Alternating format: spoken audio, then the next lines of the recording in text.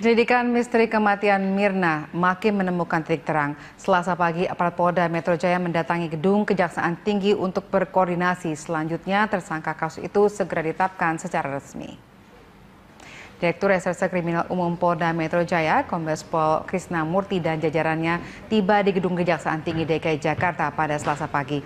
Maksud kedatangan puluhan polisi ini untuk berkoordinasi dengan jaksa terkait berkas kasus misteri kematian Wayan Mirna pada pertengahan Januari lalu.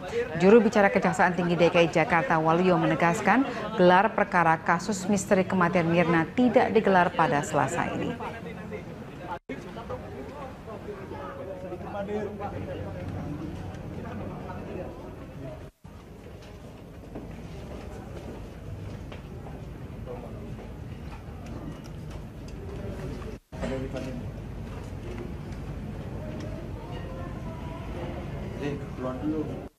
Jadi infonya ya hari ini penyidik mau koordinasi, jadi bukan diekspos secara seperti rekonstruksi itu. Jadi sifatnya itu koordinasi penyidik dan jaksa penuntut umum, jaksa peneliti lah intinya.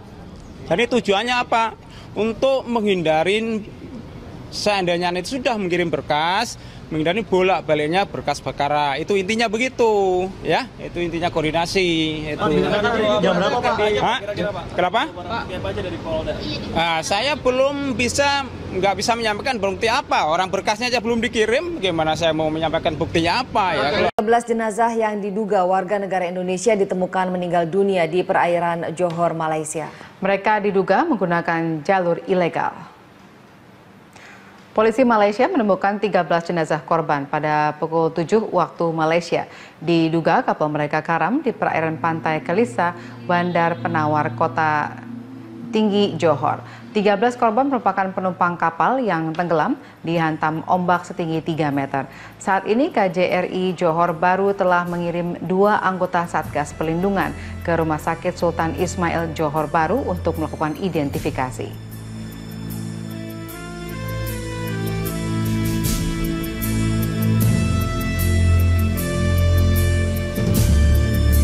Anda menyaksikan news update pukul 13 waktu Indonesia Barat bersama saya Pramadika Samudra.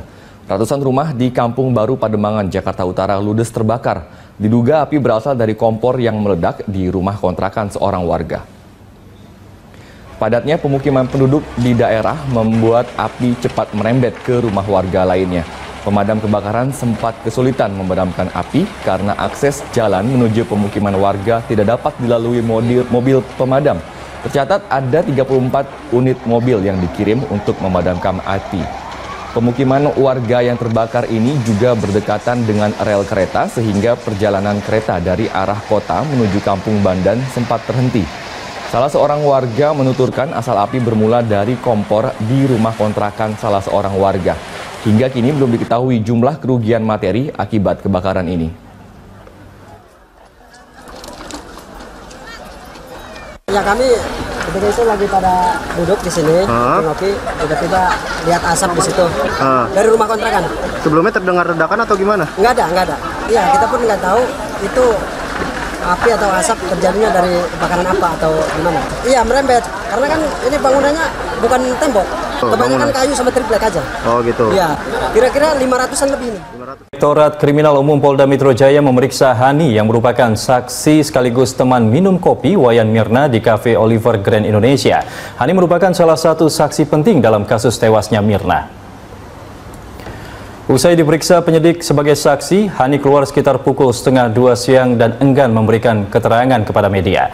Dirinya tidak menjawab pertanyaan awak media seputar kesaksiannya dalam kasus tewasnya Mirna. Berdasarkan keterangan polisi, Hani adalah salah satu saksi yang ikut mencicipi kopi Vietnam yang bercampur racun sianida yang menewaskan Mirna pada tanggal 6 Januari lalu.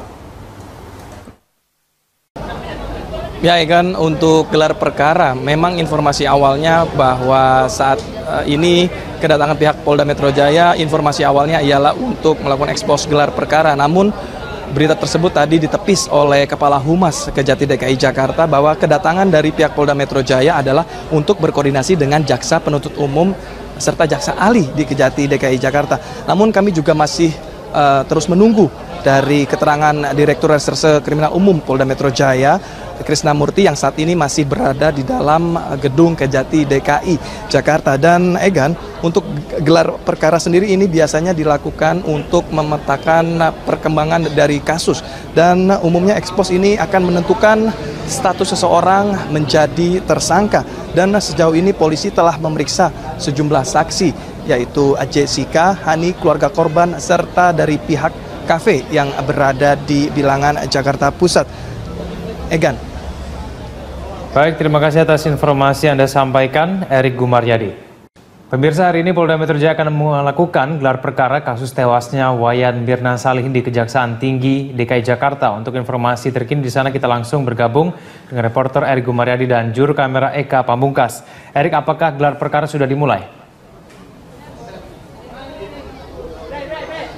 Ya, Egan, Polda Metro Jaya hari ini berkoordinasi dengan pihak Kejaksaan Tinggi DKI Jakarta, tepatnya berkoordinasi dengan Jaksa Penuntut Umum atau Jaksa Ahli. Tadi Direktur Reserse Kriminal Umum Polda Metro Jaya, Krisnamurti, mendatangi gedung Kejati DKI Jakarta pada pukul 10.30 waktu Indonesia Barat bersama dengan penyidik Polda Metro Jaya. Namun Krisnamurti saat mendatangi gedung Kejati ini enggan memberikan komentar kepada para awak media. Krisnamurti langsung memasuki gedung Kejati DKI Jakarta. Namun tadi kami sempat mewawancarai Kepala Humas dari Kejati DKI Jakarta, yaitu Waluyo, di mana Waluyo mengatakan bahwa maksud kedatangan dari pihak Polda Metro Jaya pada hari ini ialah bukan untuk ekspos atau gelar perkara terkait kematian tidak wajar Wayan Mirna. Namun Waluyo tadi mengatakan bahwa maksud kedatangan dari pihak Polda Metro Jaya ialah untuk berkoordinasi terkait berkas perkara Wayan Mirna kepada Jaksa Penuntut Umum atau Jaksa Ahli untuk keperluan di pengadilan nantinya. Dan Wayan Mirna sendiri tewas usai meminum es kopi Vietnam di sebuah kafe di kawasan Jakarta Pusat. Dan saat itu Wayan Mirna ditemani oleh dua sahabatnya, yaitu Jessica dan Hani, di mana kedua sahabatnya ini telah diperiksa oleh pihak Polda Metro Jaya, di mana temannya yang bernama Jessica sempat mangkir dari panggilan pihak Polda Metro Jaya untuk pemeriksaan sebagai saksi. Namun Jessica memenuhi panggilan Polda Metro Jaya pada 20 Januari 2016. Dan Jessica saat itu diperiksa secara maraton selama 7 jam oleh pihak Polda Metro Jaya. Berbeda dengan Hani, di mana Hani juga sempat diperiksa oleh pihak Polda Metro Jaya pada 25 Januari 2016. Namun Hani saat diperiksa lebih memilih untuk diam. Dan Direktur Reserse Kriminal Umum Polda Metro Jaya, Krisnamurti, mengatakan bahwa keterangan dari saksi Hani ini sangat diperlukan karena dalam 300 kasus pembunuhan dengan cara diracunin, 90% pelakunya ini tidak mengaku. Dan berikut keterangan dari Kepala Humas dari Kejati DKI Jakarta. Jadi infonya ya, hari ini penyidik mau koordinasi, jadi bukan diekspos secara seperti rekonstruksi itu. Jadi sifatnya itu koordinasi penyidik dan jaksa penuntut umum, jaksa peneliti lah intinya. Jadi tujuannya apa? Untuk menghindarin seandainya itu sudah mengirim berkas, menghindari bolak-baliknya berkas perkara. Itu intinya begitu, ya. Itu intinya koordinasi. Itu. Jam berapa Pak? Kenapa? Nah, saya belum nggak bisa menyampaikan bukti apa. Orang berkasnya aja belum dikirim, gimana saya mau menyampaikan buktinya apa ya? Pemirsa, Mitra Kukar menang dramatis 2-1 atas Semen Padang dalam laga final Piala Jenderal Sudirman. Mitra Kukar berhasil membawa pulang hadiah sebesar 2,5 miliar rupiah. Setelah kick-off, laga diawali dengan permainan menekan dari Semen Padang. Fendri Mofu dan kawan-kawan tampil agresif.